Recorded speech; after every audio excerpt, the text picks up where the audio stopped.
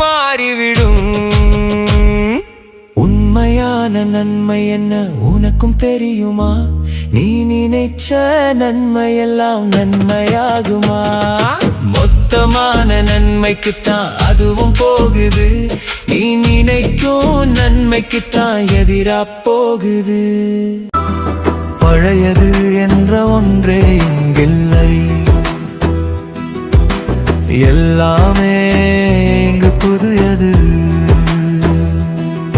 ஒரு பொருள் என்பது இயக்கத்தில் இருக்குது, அது அடுத்த மாற்றத்தில் போகுது. அது எப்போதும் நகர்வில் இருக்குது.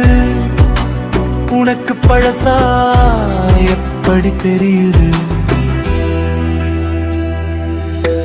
பழையது என்ற ஒன்றே இங்கில்லை, எல்லாமே இங்கு புதியது. இன்பமான முடிவுக்கு மட்டும் செல்லும், உனக்கு பயன்படாது என்றால் பழசில்லை.